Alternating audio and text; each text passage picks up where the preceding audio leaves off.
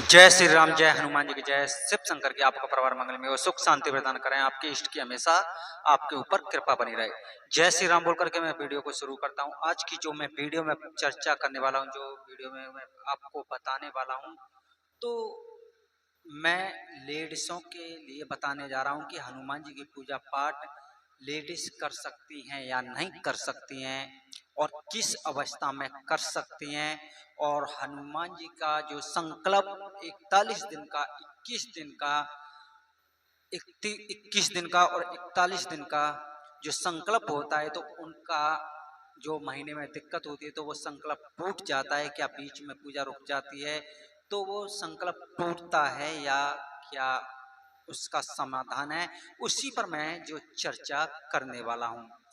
देखिए, लेडीज हैं जो हमारी माताएं बहन हैं, वो हनुमान जी की पूजा वे कर सकती हैं, बिना संकोच के वो पूजा पाठ कर सकती हैं। कोई दिक्कत वाली बात नहीं है, क्योंकि कहीं भी शास्त्र में ये नहीं लिखा है कि हनुमान जी की पूजा औरत नहीं कर सकती, यानी कि हमारी माता बहनें नहीं कर सकती हैं, बिल्कुल कर सकती हैं। देखिए, आप हनुमान जी को अपना भाई बनाएं, पिता बनाएं, अपना पिता या भाई बना करके उनकी सेवा करें, मगर हनुमान जी के चरणों को माता बहनें ना छुएं। यानी कि हम लोग हैं जो जेंट्स हैं, वो हनुमान जी के चरणों को छूते हैं, मगर हमारी माता बहनें उनके चरणों को ना छुएं, क्योंकि हनुमान जी लेडीजों का, यानी कि हमारी माता बहनों का बहुत सम्मान करने वाले हमारे हनुमान जी हैं। और ये इतनी जल्दी प्रसन्न हो जाते हैं ये कि जो हमारी माता बहन है उन पर बहुत जल्दी प्रसन्न हो जाते हैं। तो इसीलिए आपको कोई दिक्कत वाली बात नहीं है, आप बेफिक्र होकर के उनकी पूजा पाठ करें, क्योंकि हनुमान जी से जो भी हमारी माता बहनें सच्चे दिल से उनकी भक्ति करती हैं, पिता बना करके या भाई बना करके, तो जो भी एक बार भी आप हनुमान चालीसा का पाठ हमारी माता बहनें सच्चे दिल से करेंगी, जो लेडीसें सच्चे दिल से उनकी एक बार भी हनुमान चालीसा का पाठ करेंगे, तो आपसे बहुत ही जल्दी हनुमान जी प्रसन्न होंगे। इसमें कोई दो राय नहीं है। इसीलिए आप हनुमान जी की पूजा पाठ बिना हिचकिचाए पूजा पाठ हनुमान जी की कर सकते हैं। अब बात आती है यहाँ पर कि हनुमान जी को हम सिंदूर चढ़ाना चाहते हैं। बहुत सी हमारी माता बहनों के दिमाग में होता है कि मैं हनुमान जी की ज़्यादा से ज़्यादा सेवा करूं, उनका ध्यान ज़्यादा रखूं, क्योंकि जो हनुमान जी से, यानी कि कोई भी किसी से की पूजा पाठ करता है, उनके चरणों में अपने आप को समर्पित करता रहता है, तो वो उसके मन में ये भाव आना शुरू हो जाता है कि मैं इतनी सेवा करूं, क्या क्या करूं मैं अपने इष्ट के लिए, अपने आराध्य के लिए क्या क्या करूं मैं। इतने ऐसे ऐसे भाव आते हैं एक भक्त के अंदर। इसी तरीके से हमारी माता बहन के अंदर भी यही भाव आते होंगे कि हम सिंदूर लोग चढ़ाते हैं, तो हम सिंदूर चढ़ा। देखिए, आप अपनी खुशी के लिए सिंदूर चढ़ाना चाहते हैं तो सिंदूर चढ़ा सकते हैं, मगर अपने हाथ से नहीं, वहां के किसी पुजारी से। आपका अगर बेटा है तो बेटा के हाथों से चढ़वा दीजिए, आपका भाई है तो भाई के हाथों से, आपके पति हैं तो पति के हाथों से। मगर आप सिंदूर, और अगर उस मंदिर में कोई पुजारी है तो उनको आप सिंदूर दे दें और चोला दे दें, और उनसे बोल देना कि हमारा ये चोला और सिंदूर है, इसे आप चढ़ा दीजिए। तो मंदिर के पुजारी चढ़ा देंगे। आपका बेटा है तो बेटा, भाई है तो भाई, ये आपकी सिंदूर चढ़ा देंगे। आप सिंदूर भी चढ़ा सकते हैं, मगर किसी दूसरे के द्वारा, इसमें कोई दोहरा नहीं है। इसीलिए आपका जो भाव आता है वो भाव, आप हनुमान जी को भोग लगाना चाहते हैं, किसी का भी भोग लगाते हैं, मगर सच्चे दिल है आपका, आप चीनी का भी भोग लगा सकते हैं हनुमान जी को। जो आपके घर में खाना बनना है तो उस खाने का, जो भी खाना बनना है मगर सात्विक खाना होना चाहिए बिना लहसुन प्याज का, उसका भोग लगाएं हनुमान जी को। कोई दिक्कत वाली बात नहीं है, आप बेफिक्र लगा सकते हैं। और हमारी माता बहनों को विशेष कर करके इन चीज़ों का हमेशा ध्यान रखना पड़ेगा और ध्यान देना पड़ेगा कि आप हनुमान जी की पूजा पाठ आराधना करते हैं, उनके हनुमान चालीसा का पाठ करते हैं। आप हनुमान चालीसा का आप पाठ करते होंगे तो आपको दिक्कत ज़्यादा है। जैसे बहुत सी महिलाएं गर्भवती होती हैं मगर वो उनका बहुत मन करता है पूजा पाठ करने का। आपको कोई ज़रूरत नहीं है कि आप हनुमान जी की मूर्ति के समक्ष बैठ करके, या विग्रह आपके घर में जो भी मूर्ति या फोटो है उसके समक्ष ही बैठ करके आप हनुमान चालीसा का पाठ करें। सिर्फ वहां पर सिर्फ ज्यादा से ज्यादा 10-5 सेकंड बैठ करके हनुमान जी से विनती करके हाथ जोड़ के कहना कि हे बाबा, मैं इस तरीके से हूँ, मैं गर्भवती हूँ, मेरे लिए ये दिक्कत है, मैं इसलिए आपकी सेवा इतनी नहीं कर पा रही हूँ। जो भी मैं अपने अपने मुखारबंद से जो जैसे भी मैं हनुमान चालीसा का पाठ कर दूं, आप सो रही हैं तो सोते समय, टहलते समय, और या बैठी हैं कहीं पर कुर्सी, जैसे कुर्सी पर बैठ जाती हैं गर्भवती महिलाएं, तो वो आप बैठते समय इसका जप हनुमान चालीसा का पाठ करें। क्योंकि ये दिक्कत होती है, क्योंकि 4-5 महीने तक कोई दिक्कत वाली बात नहीं, आप बेफिक्र हनुमान चालीसा और हनुमान जी की सेवा कर सकती हैं।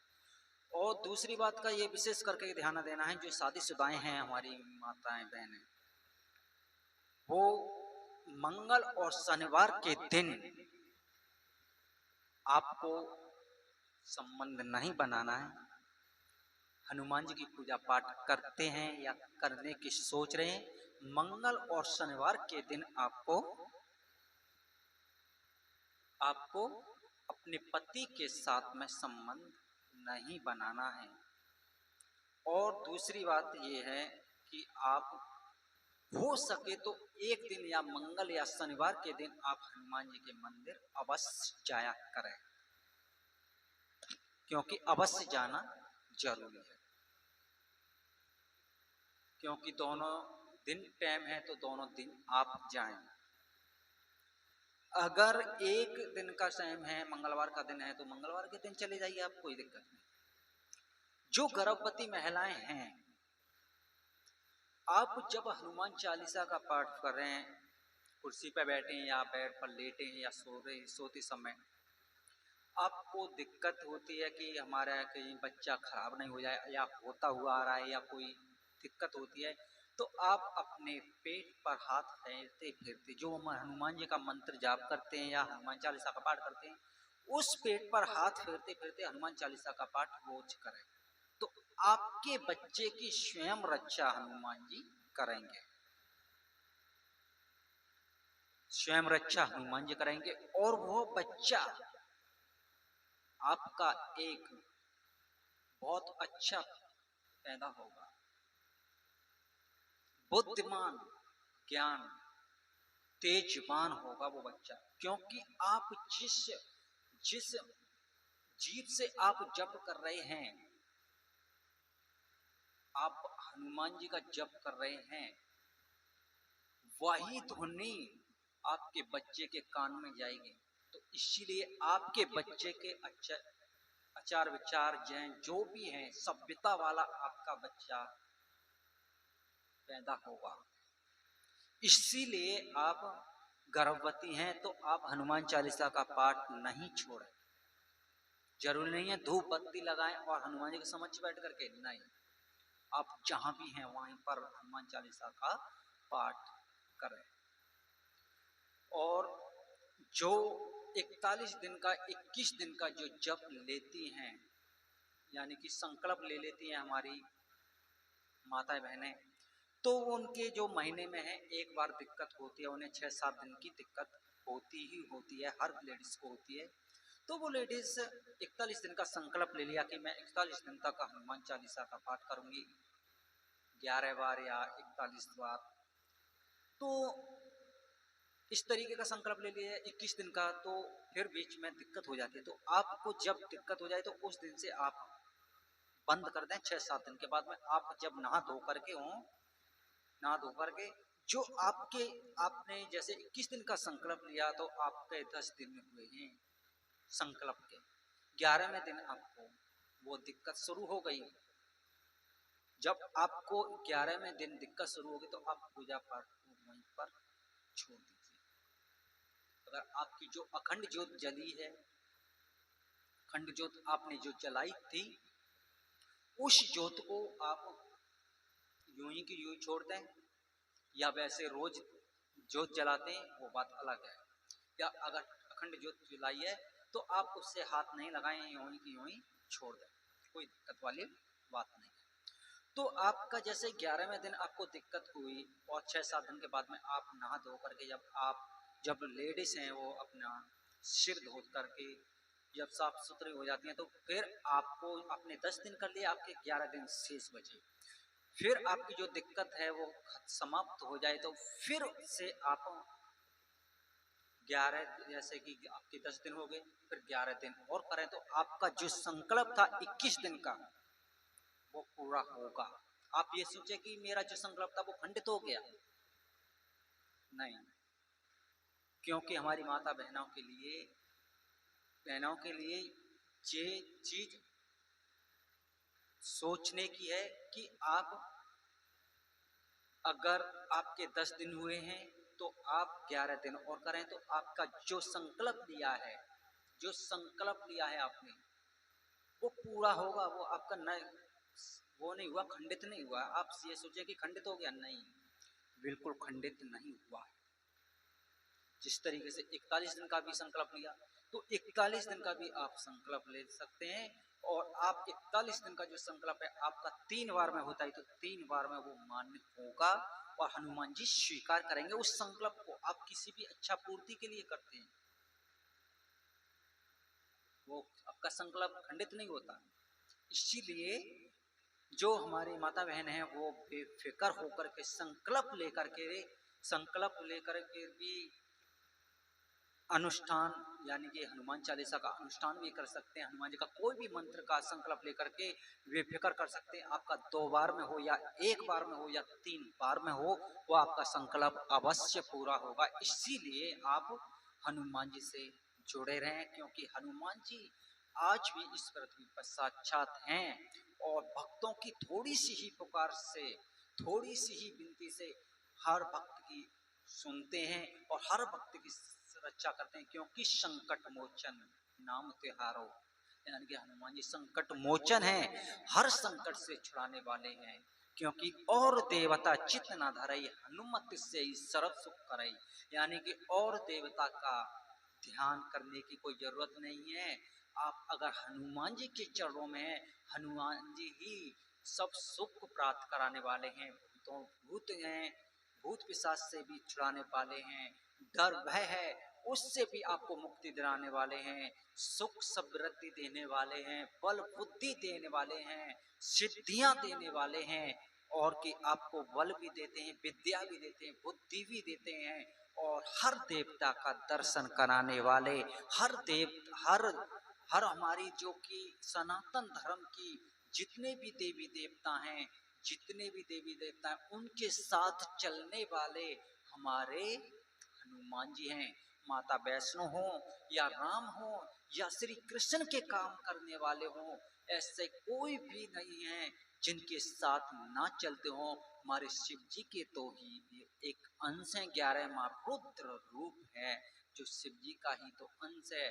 तो इसीलिए हर देवता के दर्शन कराने वाले हैं हमारे हनुमान जी। क्योंकि आपको मैं अपना थोड़ा सा अनुभव बता देता हूँ।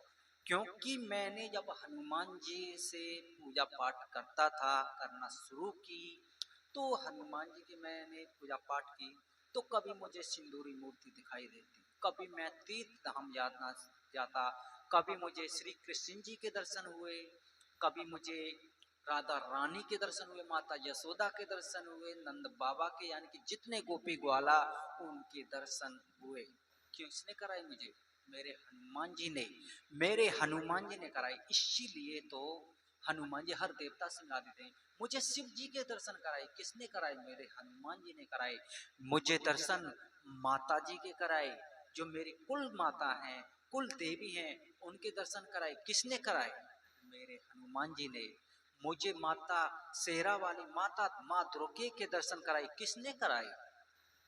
मेरे हनुमान जी ने। मुझे मुझे सभी देवी देवताओं के दर्शन यानी कि सभी देवी देवताओं को करा चुके हैं, मगर सिर्फ मैंने अभी राम जी के दर्शन नहीं किए हैं। क्योंकि जिस दिन मेरे हनुमान जी की इच्छा होगी उस दिन मुझे राम और सीता जी के भी दर्शन करा देंगे। इस तरीके से कृष्ण जी के भी करा दिए, शिव जी के करा दिए, माता रानी के करा दिए मुझे, और इनके दर्शन करा दिए तो और भी दर्शन होंगे। इसीलिए आप हनुमान जी की पूजा पाठ करते हैं तो वो हर किसी को आपके आपके सामने ला देंगे, क्योंकि उनकी सबसे है। श्री कृष्ण जी से है, माता रानी से है, राम जी से है। तो आप बोलेंगे कि राम जी के दर्शन करा दीजिए तो राम जी के दर्शन करा देंगे। आप बोलेंगे श्री कृष्ण जी के दर्शन करा दीजिए तो श्री कृष्ण जी के दर्शन करा देंगे, करा देंगे। इसीलिए आप जिसकी बोलेंगे उसके दर्शन करा देंगे। क्योंकि मैंने तो कभी बोला नहीं है कि मुझे दर्शन करा दो। मैंने ये नहीं कहा कि मुझे इस देवता के दर्शन करा दो, इस देवता के करा दो, क्योंकि उन्होंने मुझे खुश करके मुझे दर्शन कराए। मैं बहुत खुश था, वो सपने के माध्यम से। तो इसीलिए हमारी माता बहनें बेहिचक हनुमान जी की पूजा पाठ कर सकती हैं, उनकी सेवा कर सकती हैं अपने भाई रूप में, अपने पिता रूप में पूजा पाठ कर सकती हैं बिना टेंशन फ्री हो करके। क्योंकि जिसका मन जिसमें लग जाता है उसी में लीन आदमी हो जाता है। क्योंकि मैंने पीत लगाई तुझसे रे, दुनियादारी भाड़ में जाए। क्योंकि आप जिस दिन हनुमान जी से प्रेम करोगे उस दिन दुनिया को भूल जाओगे, मोह माया को भूल जाएंगे, आप सब कुछ भूल जाएंगे। क्यों? आप सिर्फ हनुमान जी के चरणों में, उनकी सेवा में लीन हो जाएंगे, और उनकी कृपा से ही आपके कितना भी बिगड़ा हुआ काम होगा वो भी बनेगा। क्योंकि आप हनुमान जी के पीछे भागोगे, हनुमान जी की सेवा करोगे, हनुमान जी के पीछे दौड़ोगे, तो आपके पीछे आपके दुश्मन दौड़ेंगे, वो मित्र होंगे। आप हनुमान जी के पीछे भागेंगे तो आपके पीछे हनुमान जी के दूत भागेंगे। क्यों? हनुमान जी दूत भी देते हैं अपने भक्तों को। क्यों देते हैं? उनकी रक्षा करने के लिए, उनके हर काम बनाने के लिए। और आप हनुमान जी के पीछे भागोगे तो आपके पीछे माया भागेगी, धन भागेगा, दौलत आपके पीछे भागेगी। अगर आप मोह माया में भागोगे, आप दुनिया की तरफ भागोगे, आप मदद दुनिया वालों से मांगोगे, कोई मदद देने के लिए तैयार नहीं होगा। आप मदद हनुमान जी से मांगोगे, पूरी दुनिया मदद करेगी तुम्हारी। आप हनुमान जी के पीछे रहोगे, हनुमान जी की सेवा में हमेशा तत्पर रहेंगे, हनुमान जी से प्रेम करेंगे, अटूट प्रेम, तो आपसे पूरी दुनिया प्रेम करेगी। मगर आप ईश्वर से प्रेम नहीं करोगे, आप पूरी दुनिया से प्रेम करते हैं, यही दुनिया वाले आपसे मुंह मोड़ करके जाएंगे, मुंह मोड़ जाएंगे। क्योंकि आप जिससे ज्यादा प्रेम करेंगे, इस दुनिया की जितनी भी वस्तु हैं, जितनी भी प्राकृतिक चीज हैं, इनसे जितना ज्यादा प्रेम करेंगे वही सबसे ज्यादा दुख देने वाली चीज होती है। आप प्रेम सबसे ज्यादा आप ईश्वर से प्रेम करोगे तो सबसे ज्यादा सुखदायक चीज होती है ये। यानी कि सबसे ज्यादा सुखदायक आपके ईश्वर ही हैं, क्योंकि आप बेटी से प्रेम करोगे, एक दिन वही बेटी आपको बहुत बड़ा दुख देगी। क्यों देगी? बहुत बड़ा दुख देगी। जिससे आप प्रेम करते हैं, जो संसार की जितनी भी हैं, आपके रिश्ते नातेदार, आपकी धन दौलत, वही दुख देने वाली होती है। क्योंकि आज की वीडियो में यही, जय श्री राम, जय हनुमान जी की। क्योंकि मैं अगली वीडियो में मिलता हूँ, क्योंकि बात करने के लिए बहुत ज्यादा बात है, मगर अगली वीडियो में फिर बात करेंगे। जय श्री राम।